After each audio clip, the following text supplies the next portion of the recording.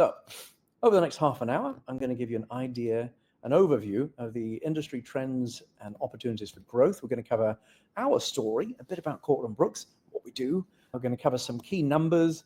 We're going to have a chat about AI and about money and safety. We're going to cover a few interesting items of news and some key concerns that I think you should have in the back of your minds as you consider your strategies moving forward. So our story. So in 1998, I started an adventure club in Silicon Valley. It grew and it got me hooked on the dating industry, really, because I started working with a company called Hypermatch in 2000. And this was way ahead of its time, actually. You can see the widget there, actually. That was way ahead of its time. The user interface was designed by a fellow who's a luminary in the CAD design industry. This is back in 2000, and we had so many questions. It's so crazy, though. He was running it out of his cupboard. He had a server sitting in his cupboard in San Francisco. Crazy. So from there, I moved on to Friendster in 2002. This is a funny photograph, actually. That's Jonathan Abrams, the founder, and I'm on the stairs. And this is on the front page of the San Francisco Chronicle business section. And yeah, we were chained together there. And that's when Friendster was going through the roof. And then MySpace came around and kind of couldn't keep the servers running, basically. The growth was completely out of hand. And then Facebook came about, of course, after that. In 2004, I fell in love with the dating industry and decided, okay, in fact, in 2003, I worked with Friend Finder. 2004, I was the VP of Cupid.com. And then I figured there's so much news coming in. There's too much for me to consume. There's too much for my CEO to consume. I'm going to start summarizing the news so that my CEO can get the intelligence from the news, make better decisions, and that will be strategically impactful for his company. So that is the exact reason why I started Online Personals Watch back in 2004, June. 2005, meanwhile, I started Courtland Brooks, a consultancy. Basically, I got 3 job offers. So I took them all, started Courtland Brooks, and never looked back. That was webdate.com, cupid.com, and funnily enough, diet.com, which was from the former president of Friend Finder. 2020, well, let's leap forward to 2020. Of course, I spoke at many iDate conferences and a few GDIs as well. I think about 40 iDates and about a dozen GDIs, it feels like at this stage. Lost count. But we started LTR during COVID because it seemed like a way for us to stay together and continue connecting. So look, if you look at intelligence, you've really got 2 options in the industry. You've got GDI, Global Dating Insights, and OPW.news. We do summary format. Really, we do a daily email. We try and get the news down to as smaller a nut as possible. And our pitches, we do 3 hours of reading, so you can just spend 3 minutes reading the news. LTR, we're at 45 LTRs. I can't believe we're at 45 LTRs now. So seems to be a tradition, and it's growing, as evidenced by this conference. We've got our record numbers this time. Thank you very much. Courtland Brooks, so Online Personals Watch. So what can I tell you? We've been 21 years. We're on Typepad, and a couple of months back, we shifted to another platform. We're on another platform, which was a real pain to move to, actually. But all credit to Arena for making it happen. So WordPress is treating us well. And LTR, you all know, stands for Love Technology Relationships. And we usually have 1 or 2 or 3 speakers. And then Courtland Brooks, we do strategy, biz dev, marketing. We also do some interesting work with influencers, interesting work with PR these days. Oh, and by the way, we don't just help companies grow, we can sell them now. Just this month, I joined, funnily enough, the former CEO of Cupid.com, who I worked with in 2004. I just mentioned them. The CEO sold the company, and then for the last 13 years, he's been working with the largest business brokerage and M&A outfit in the world. They've got 1,000 brokers, 250 offices in 14 different countries, and he's taken me under his wing, trained me up, and now I have access to that platform. So now we can have a conversation about growing your companies, and I'm exceedingly well positioned to be able to sell your company now. If you're in the kind of $1 million to $100 million realm. If you're over that, it's probably beyond us, but we're a good fit, and I'm a good fit for 1 to 50 million, basically. So there we go. Numbers. Let's talk about the industry. How many dating businesses are there in the USA now? And would you believe back in like the 2012 era, there was over 2,000 dating companies in the USA. And now, according to IBISWorld, there's about 500. It sounds about right. There's been a lot of consolidation. There's been a lot of companies that have come and gone, of course. And in fact, we used to list all these companies on Online Personals Watch. If you go to the kind of news by company, you'll see all the companies we report on. We actually used to list all the companies that were in Deadpool. I'm not sure if we're doing that now. I think that was something that might have been a victim of the move to WordPress. But so what are the barriers to entry? Now, IBIS World tell us the barriers to entry are low, which I actually really disagree with. The reality, as we all know, is we need to get to critical mass. We need to get in the App Store, and we need to get on Facebook advertising. These are all not easy things to do these days. So there's not low barriers to entry. There's high barriers to entry. One could even argue that it's an incumbent's game. So how big is the global online dating market at this stage? According to market.us, they're telling us that it's about $11 billion a year this year, and it should be about $15 billion by 2030. Let's have a look at another source. Business of Apps tells us the global dating app market generated $6 billion in 2024.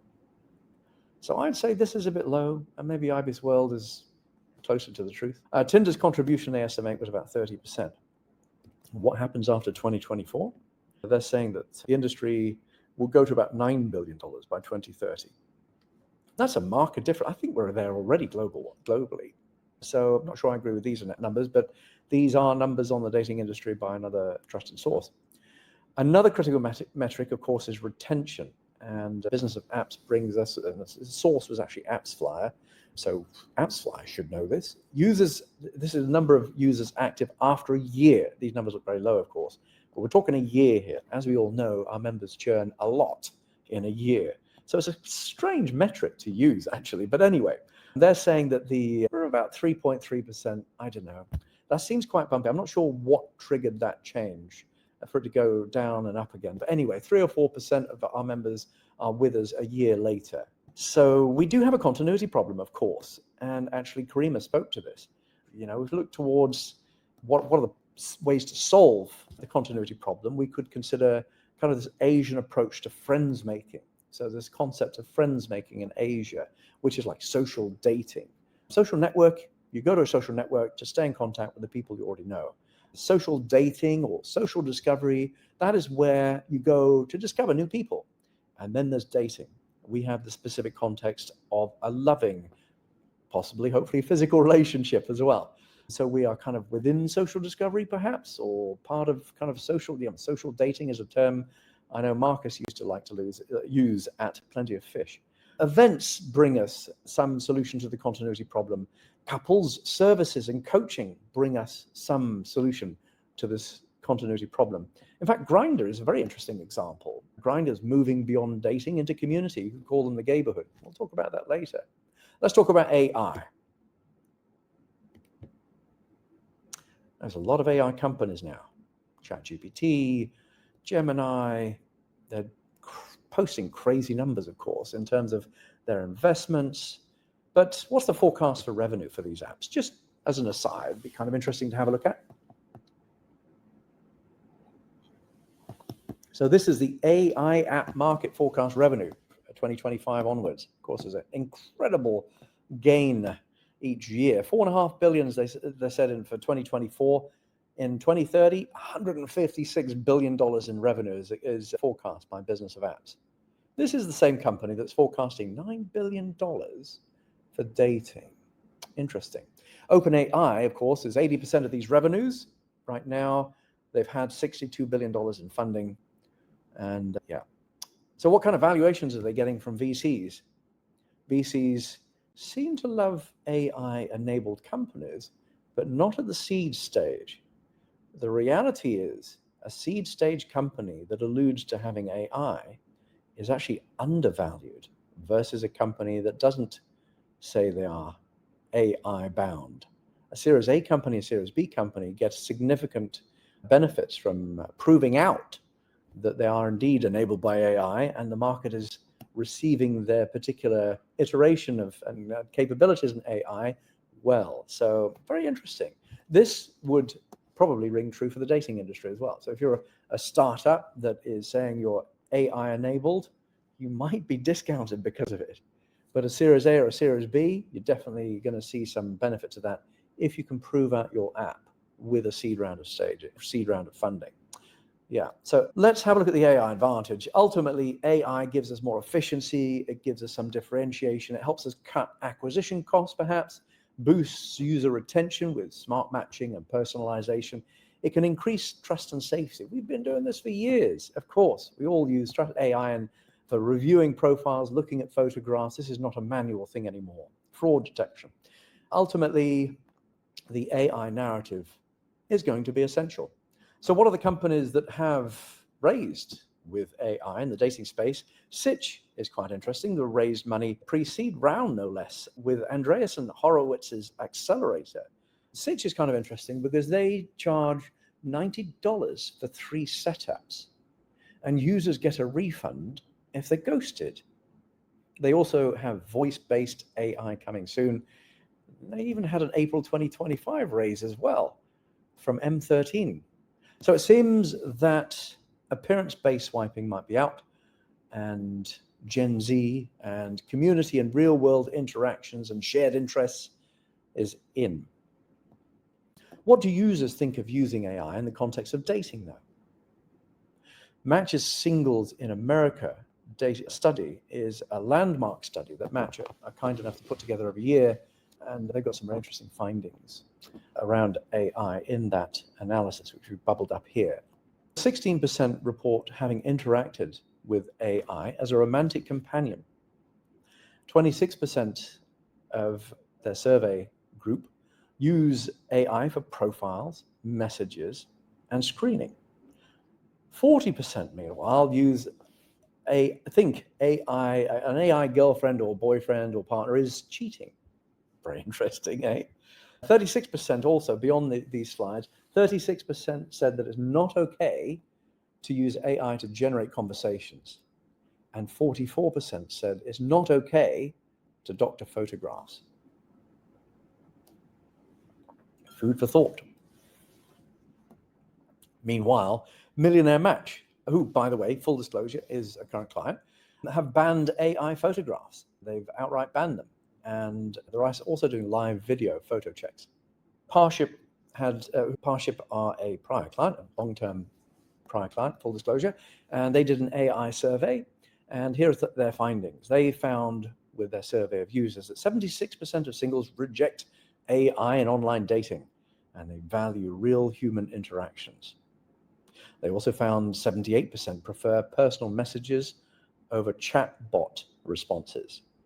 31% of men and 21% of women said they were open to AI assistance in composing messages. And 57% of all respondents said they prefer a psychological personality test to AI in matchmaking.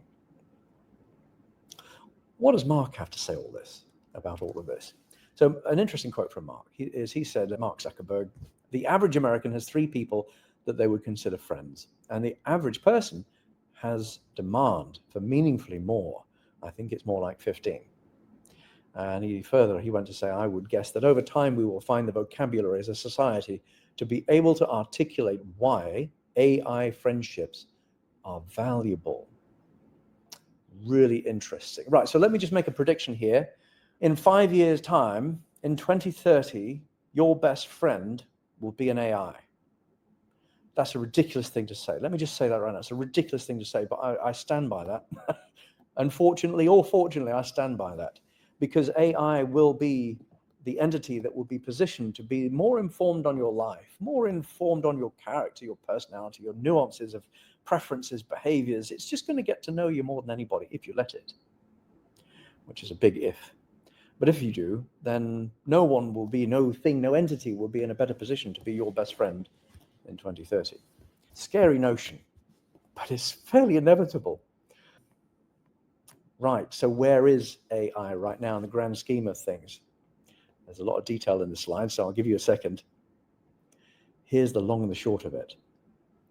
In 2024, the top 10 Gen AI use cases, or the top 2, were generating ideas, number 1, and number 2 were therapy and companionship. In 2025, therapy and companionship are now number 1. So I rest my case. Justin, what does Justin have to tell us? Basically says enable and augment. He says, I don't think that an AI chatbot should be your friend. So he disagrees with Mark, or certainly not your boyfriend or girlfriend. One of our principles around AI is that it really should stand behind us and not between us. Really interesting. How are we going to get this right? Spencer, CEO of Match, said, we're about driving human connection. I think human connection is primal. It's something that everybody seeks. AI is the beating heart of any dating app. AI gets you to the good stuff faster. I love that. I absolutely love that. AI gets you to the good stuff faster. That's almost like Google's do no evil. I think that's an absolute mantra for the entire industry. AI gets you to the good stuff faster. Let's store and recall that. Let's come back to that in future, because that is a landmark statement right there. Right. So, I mean, Grindr's doing incredibly well and growing and monetizing and really changing into the gayborhood, if you like. They're moving to social and proving that ground out. They're going from GAY to GAI. Their premium AI-powered membership tier will be introduced in 2027. What else? Well, they've got an A-list, which they use for high potential members. They're using AI for discovery, so helping people find people outside their usual search area. They've got this insights element, which is for bubbling up non-obvious details about other users. And they've got this wingman feature as well, which has been around a little while, I believe. That's the voice in the ear, if you like. Of course, at all stages, consent is key when it comes to AI. We've got to be very careful about this. And let's get into kind of the legislative areas, which could be interesting, thought-provoking, and possibly problematic. The Electronic Frontier Foundation is calling for opt-in, transparency, and privacy safeguards. See what happened is Bumble actually, for one thing, shared some information to OpenAI, and there's been some complaints about that. There's one example where we've got to be careful. It's like you hand data off to OpenAI, you'll be very careful about GDPR, of course. There's a GDPR complaint about that. So trust is key. I think, the incumbents are positioned well to use the trust that they've built on mass to be able to make this transition to AI, which is another reason I say it's going to be tougher as a startup in this space. So the specific complaint, it was a group called NOYB, which stands for None of Your Business. And they had a complaint against Bumble for their icebreakers, which were powered by OpenAI. The NOYB complained that there was a GDPR infraction. The treatment was Bumble popped a pop-up, and NYOB said that's not enough. So that sets a precedent for us. So apparently just a little pop-up isn't going to quite cut it. Maybe we need to spring the terms and conditions, make people scroll down, and also really the best thing for users, of course, is to have a plain language description of what they're getting into. So we've got this EU Artificial Intelligence Act coming around. This is the EU's AI Act, which is the world's first comprehensive AI law, apparently. It's going to make us disclose if users are interacting with AI. Users must know also if their text or images or matches are AI generated. And of course, biometrics are very, very important that we get consent around. There's some specific rules in certain states in the USA which can be really bad news if we're not careful. So do check into that. So we've still got to be responsible with data use, even if we're using OpenAI. We're going to be very careful. The fines as part of this Intelligence Act are up to 34 million euros or 7% of revenue. Let's get into financial results. We'll go through these fairly quickly. Match Group is flat at $845 million. That is up. RPP's up 5%. They've got killer margins for Tinder, of course, but revenue is down 4%. Member count is down 7%. Meanwhile, Hinge is growing gangbusters, and they're monetizing gangbusters. They grew 25%. Everything else is lossy and in decline, basically, and emerging doesn't appear to be emerging. Match Group, worldwide revenue. Of course, during COVID, we can see COVID 2020, that is a steep incline. We all did quite well. People needed us more than ever during COVID to connect. They realized their singleness during COVID more than ever.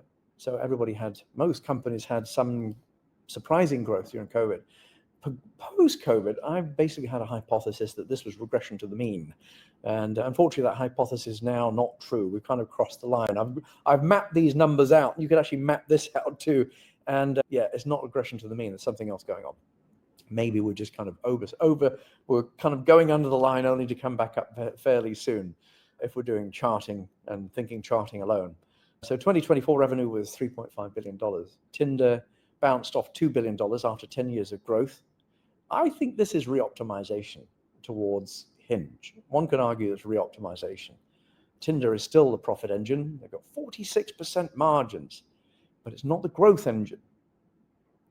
Is it their time to buy another innovator, perhaps? I did spot an open requisition, by the way. They were looking for a new corporate development role. So that bodes well. Maybe they are looking at the industry now for more acquisition opportunities once they find that person. Yeah, they've got 9 million paying users as of Q2 2025. This is the chart for Tinder members. So what are some key innovations on Tinder? They've got modes, which attends to Gen Z. They've got double date, where people can invite friends for double dates. They've got the For You mode, which is the classic mode. And then they've got college mode. They're calling it college now. That's formerly Tinder U. You need to have an .edu email predominantly to be able to get onto that program. So how's Hinge doing? Pretty darn well. Their estimate for 2025 is about 700 million. Hinge was acquired, of course, in 2018, 2019. And yeah, I would argue that Match is playing a good strategy in reoptimizing towards Hinge and giving the market that option and making that a significant option. Triple win. They've got revenue, they've got payers, they've got RPP, everything's up. Meanwhile, Bumble. How's Bumble doing? Well, they were at $1.1 billion revenue, and let's zoom in a bit. Yeah, quarter by quarter, their quarterly revenues diminishing. So they seem to be sliding the last 4 quarters. They're losing paying users at a worrying pace. They're down 11% year over year. Their average revenue per paying user is up 4%, but it doesn't really make up for the drop. Paying users, meanwhile, on Badoo and their other apps are down 3%. Now, Whitney's back at the helm, and she's doing something interesting with social. And that sounds like a good idea. I think she's positioned, and Bumble is positioned, to really make a run at social, but it's fraught with danger. Maybe they can do it. Match had a layoff. They laid off a good portion of their workforce, and Bumble has just back in June, laid off 30% of its workforce, about 240 people, unfortunately. Meanwhile, Whitney Wolfe Herd is developing a new AI matchmaking app. And think of this as a new AI BFF. How about Parship? Parship was the 3rd largest dating company in the industry, but they've been taken over by Grindr at this around about now. And they did really, really well during COVID. Meet Me, of course, which really helped. They have got the absolute hallmark dating app, eHarmony. They also have Scout, Tagged, Growler, and Parship, which is the eHarmony of Germany, and also in England. I think actually eHarmony is now in England. Lovoo as well, which is in Germany.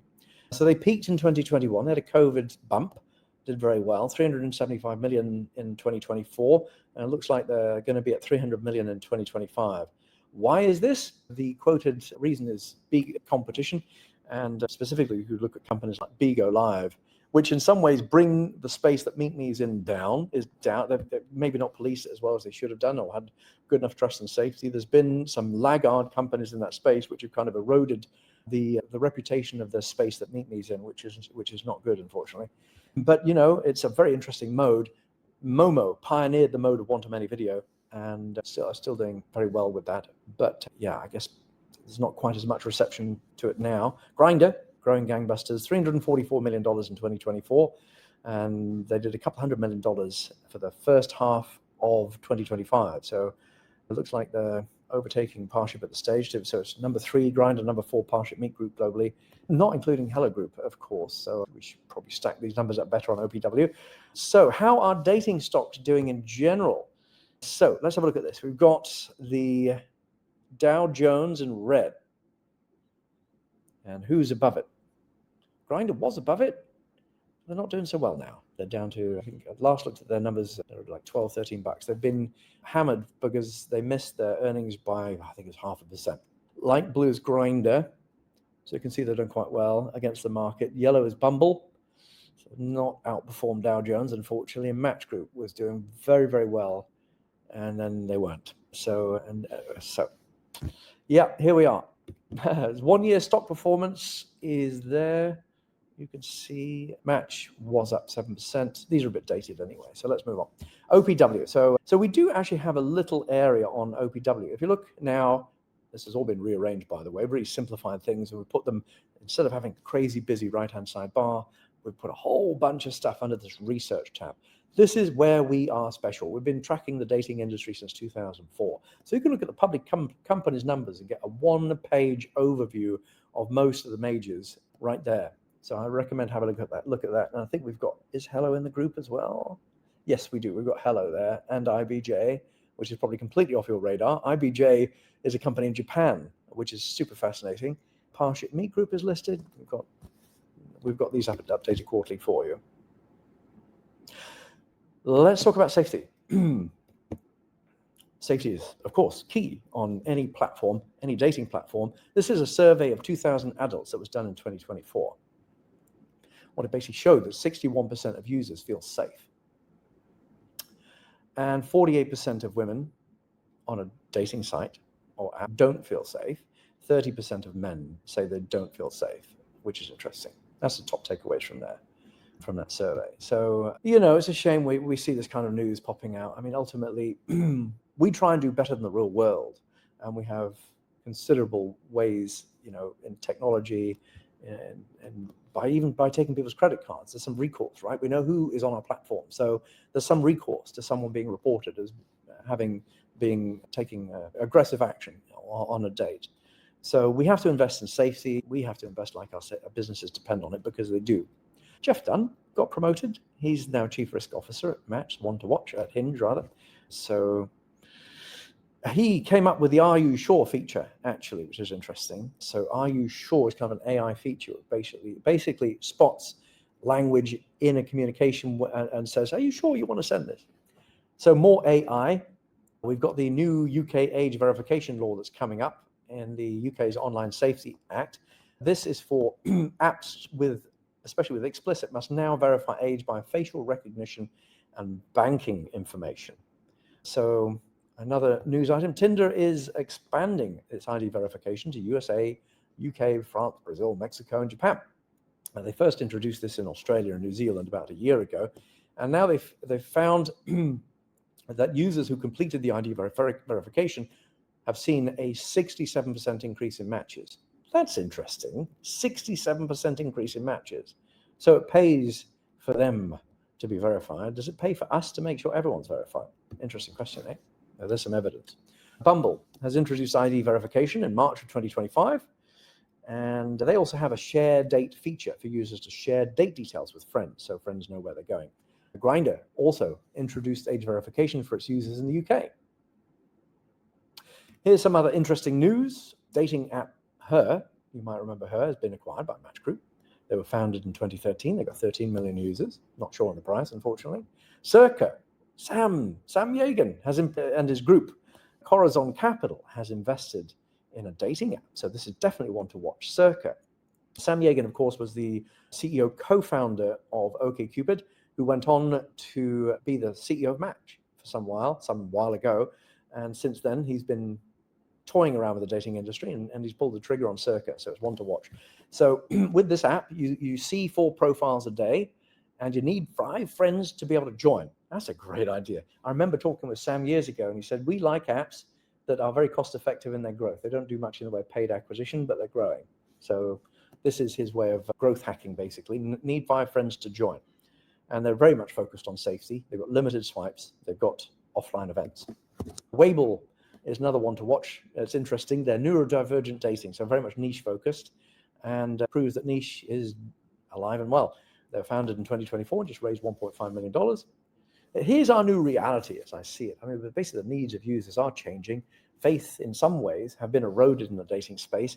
Our users are more distracted than ever. This is very evident. And unfortunately, they're also quite depressed at an epidemic level. I think one of the things that you could do to kind of bubble up the industry is do more work with what I call advocate influencers. So we are practicing this. We have a full-time director of influencer marketing. It's been on the team 4 years now, and he's got 5 years experience before. We are very much focused on helping dating apps improve their reputations, improve the reputation of the industry as a whole through advocate influencer marketing, which is really down to faith building. So gosh, we could talk about this for a long, I'll need to do a presentation on this at some stage. We're doing some special work here. Let me know if you'd like to know more. So Courtland Brooks, we do strategy, we do biz dev, we do marketing, and now we also do influencer marketing. We've worked with the Meat Group, Plenty of Fish for 6 years, Jaumo, and Friend.ly, which was sold to Facebook, True, which was sold to Match, and Millionaire Match. We've had over 130 clients since 2005. We're here for you. Let me know if you'd like to work with us. Thank you very much.